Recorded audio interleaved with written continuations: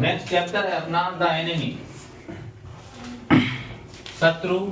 Paul S बक के द्वारा रचित है ये, इसका नरेटर है। सबसे पहले मैं आपको बताऊंगा इसके अंदर कौन कौन से पात्र हैं। देखो, इसका जो मेन पात्र है वो है डॉक्टर सदाओ। मेन पात्र इसका कौन है? डॉक्टर सदाओ। ये एक जापानीज डॉक्टर है, जापानी सर्जन। ये इस लेसन में मुख्य पात्र है, मेन कैरेक्टर है। नेक्स्ट है हाना डॉक्टर सदाओ जो जापानीज डॉक्टर है उसकी कौन है? पत्नी है।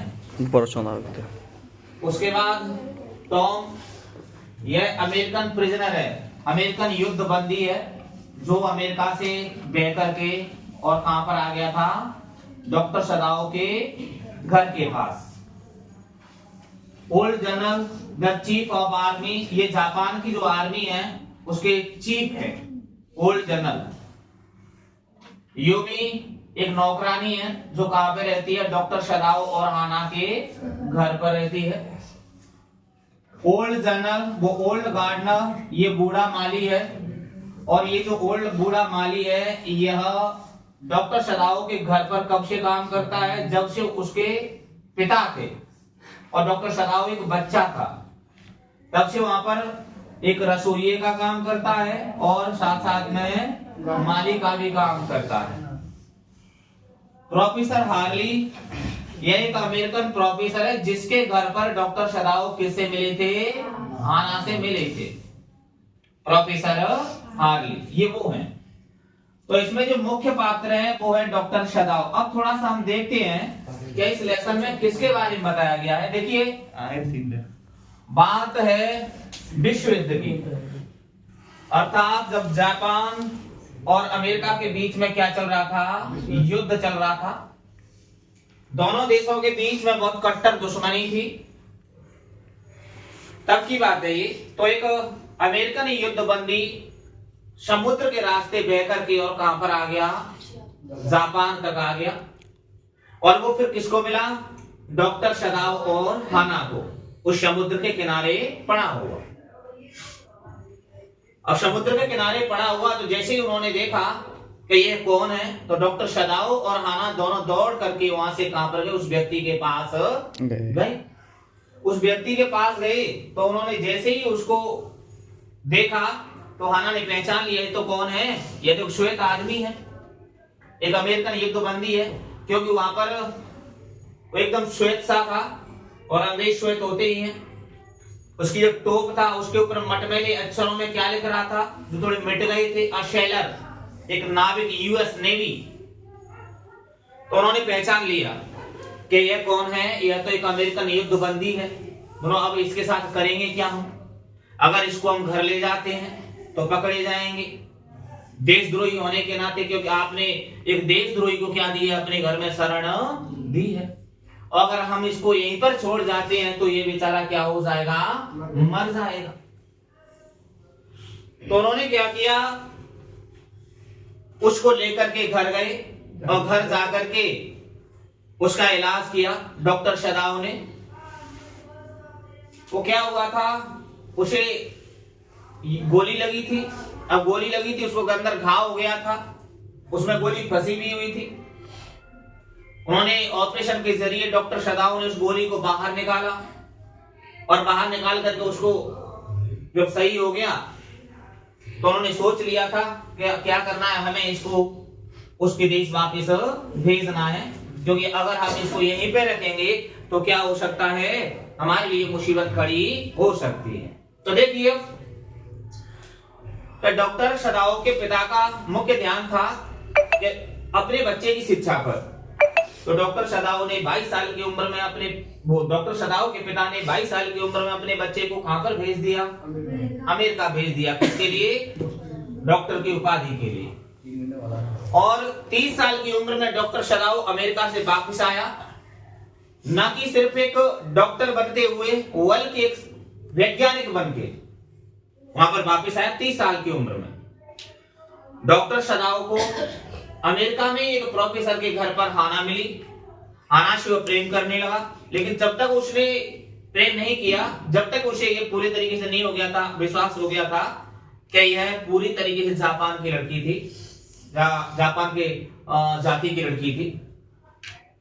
डॉक्टर सदाव ने ये बात अपने पिता को बताई तो उसके पिता ने शादी तब की जब उन्हें ये पता चल गया था कि वाकई में जापान की जाति की लड़की है, और अपनी शिक्षा दीक्षा अर्थात पढ़ाई खत्म करने के बाद जब वो जापान में आ गए थे अमेरिका से, तो जापानी तौर तरीकों से उसकी क्या की गई थी, शादी की गई थी।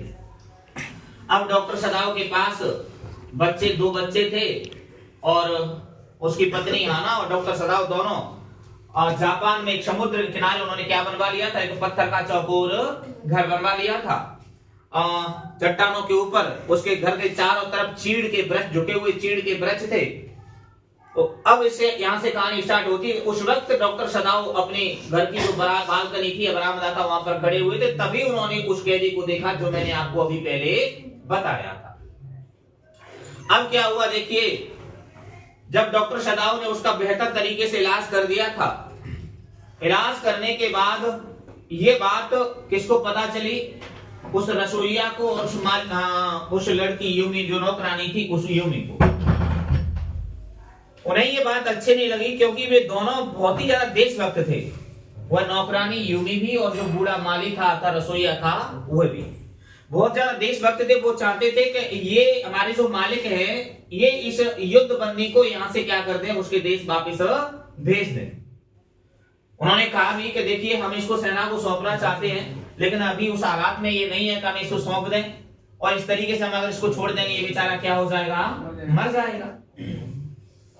लेकिन वो नहीं माने, यूमी और वो नौकर था, बूढ़ा माली था, वो नहीं माने और वो उनके घर को छोड़कर वहां से चले गए। अब वो वहां से चले गए तो एक दिन क्या हुआ, डॉक्टर सदाव ने एक पत्र लिख करके और पूरा दराज में रख दिया, किसको भेजने के लिए, उस ओल्ड जनरल बूढ़े माली को भेजने के लिए। बूढ़ा जो माली था वह अक्सर बीमार रहता था, और बूढ़े माली को किसी भी डॉक्टर पर, बूढ़ा माली नहीं सॉरी ओल्ड जनरल, जो बूढ़ा जनरल था वो बहुत बीमार रहा करता था, उसे किसी भी व्यक्ति पर या किसी भी डॉक्टर पर बिल्कुल भी विश्वास नहीं था, सिर्फ उसे डॉक्टर सदाव पर ही विश्वास था। इसलिए डॉक्टर सदाव को सेना के साथ विदेश नहीं भेजा गया था, उसे वहीं पर रखा गया था जापान में ही, उस बूढ़े मालिक, बूढ़े जो जनरल था उसके इलाज के लिए। अब एक दिन क्या हुआ, डॉक्टर सदाव अपनी ऑफिस में था और हाना बाहर बगीचे में खड़ी हुई थी, तभी उन्होंने एक सरकारी पोशाक में एक व्यक्ति को देखा। हाना ने जैसे ही देखा तो हाना एकदम परेशान हो गई, डर गई। हाना ने सोच लिया कि शायद उन नौकरों ने सारी बात जा करके वहां पर बाहर बता दी है, तो ये हमें पकड़ने के लिए आ गया। वह जो व्यक्ति था जो सरकारी यूनिफॉर्म में था वह हाना के पास आया और उसने कहा कि डॉक्टर सदाव कहाँ है, हमें डॉक्टर सदाव से मिलना है। तो उसने थोड़ी सी इशारा कर दिया कि पूरे ऑफिस में।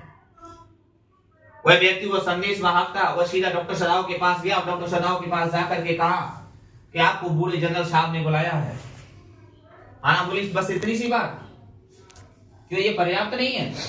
क्योंकि वो हाना सोच रही थी कि कहीं ये उस बात को उस गिरफ्तारी वाली बात को शायद बाद में कहे कि नहीं पर्याप्त है।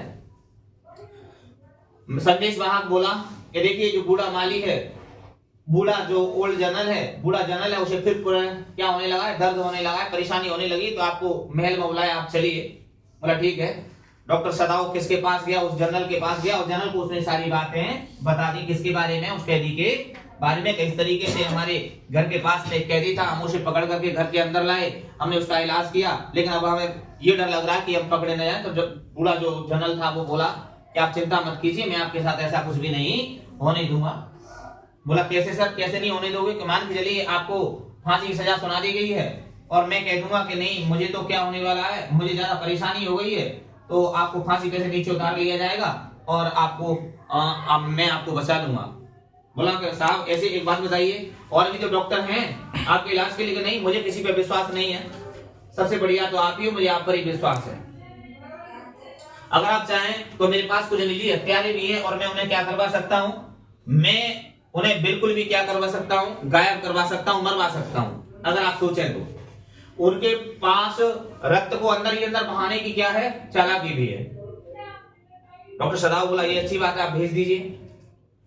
उसने सोचा कि आज और कल मैं इनको भेज दूंगा और इनको मरवा दूंगा, उस कैदी को क्या करवा दूंगा, आपके घर में ही मरवा दूंगा, लेकिन आपको क्या करना है, रात्रि के समय जो बगीचे का तरफ का दरवाजा है उसको क्या रखना है, आपको खोल करके ही रखना है। बस आप वो तो हमेशा ही खुला रहता है। डॉक्टर सदाव ने ये बात घर जाकर के हाना को बिल्कुल भी नहीं बताई, क्योंकि वो सोच रहा था कि अगर मैंने हाना को इस बात को बता दी तो शायद हाना क्या हो जाएगी, डर जाएगी। उस रात डॉक्टर सदाव यही सोचता रहा कि शायद आज वो हत्यारे आएंगे, अगर थोड़ी सी भी आवाज चलती या दरवाजों की थोड़ी चूचर की आवाज होती तो डॉक्टर सदाव समझ लेता था कि अब तो वो हत्यारे आ गए, अब तो काम हो जाएगा, सवेरे सवेरे पूरी मिले वो कैदी नहीं मिलेगा, क्योंकि वो मार जाएंगे। लेकिन सुबह जाकर के वो देखता तो वह अपने बिस्तर में नहीं मिलता, तो डॉक्टर सदाव की बेचैनी और बढ़ जाती गई। तो चूना लगाएगा मुझे बाबा, ओल्ड जनक ने क्या लगा दिया, भाई चूना लगा दिया, आज आया नहीं। उसने सोचा हो सकता है कल आए। इस तरीके से 2-3 रातें बीत गई, लेकिन वो नहीं आया। एक दिन जैसे ही उसने डॉक्टर सदाव ने उस कैदी को देखा, वो अपने पैरों पर खड़ा हुआ था, उसने अपनी शेविंग भी बना ली थी, अच्छे तरीके से था। अब उसने सोच लिया था कि शायद अब ये ठीक हो गया है, तो उसने कहा कि अब ओल्ड जनक की बात को तो भूल जाओ, अब मुझे इसके लिए कोई व्यवस्था करनी पड़ेगी। तो अपनी एक मजबूत नाव लेकर के आया, मजबूत नाव ला करके पड़ोस की एक गिरवी रखने की दुकान से कुछ कपड़े और पानी की बोतल खरीद के लाया, कुछ भोजन लाया, उस नाव में रख दिए। उसने अपनी एक टॉर्च दी और उसे कहा कि अब आप सही हो और अब आपको पता है आपको और ज्यादा यहाँ पर रखना हमारे लिए मुसीबत बन सकते हैं, क्योंकि ये बात किसी छुपी नहीं है कि आप यहाँ पर हो। तो आप क्या करना है, अब आपको इस नाव के जरिए कहां पर पहुंचना है, अपने देश के लिए जाना है। तो उन्होंने क्या किया, उस नाव में उसे बिठाया, कुछ कपड़े, रजाई, पानी की बोतल और कुछ भोजन दे दिया और उसे खा और टॉर्च दी। उसे कहा कि जब आप अच्छे तरीके से उधर पहुंच जाएं उस द्वीप पर, तो आपको क्या करना है, मुझे एक बार टॉर्च का इशारा करना है, और अगर आपका भोजन गायब हो जाए तो आपको कच्ची मछलियां ही खानी पड़ेंगी, क्योंकि अगर आप आग जलाओगे तो सभी को दिख जाएगी। तो आपको सिर्फ क्या करना है, कच्ची मछलियां ही खाना, अगर भोजन गायब हो जाए तो। वहां पर फ्रेश ताजी मछलियां बहुत सारी मिल जाएंगी समुद्र में। आपको सिर्फ कोरियन मछुआरों की नाव का इंतजार करना है, क्योंकि कोरियन मछुआरों की नाव के माध्यम से आप कहां पहुंच जाओगे, अपने देश में पहुंच जाओगे। उसने एक बात और कही कि मुझे रोशनी का इशारा सिर्फ तब करना है जब सूर्य क्षितिज पर हो, यानी न तो ज्यादा उजाला हो और न ज्यादा अंधेरा, क्योंकि अंधेरे में यदि आप टॉर्च जलाओगे तो क्या हो जाएगा, सभी को टॉर्च की रोशनी दिख जाएगी। और इस तरीके से डॉक्टर सदाव ने उस कैदी को उसके क्या कर दिया, देश भेज दिया, और एक देशभक्त होने के नाते उसने उसे देश से बाहर निकाल दिया था। और एक डॉक्टर होने के नाते उसने एक कैदी की क्या बचाई, एक मरीज की क्या बचाई थी, जान बचाई थी। तो ये है, देखेंगे चैप्टर में आगे क्या है।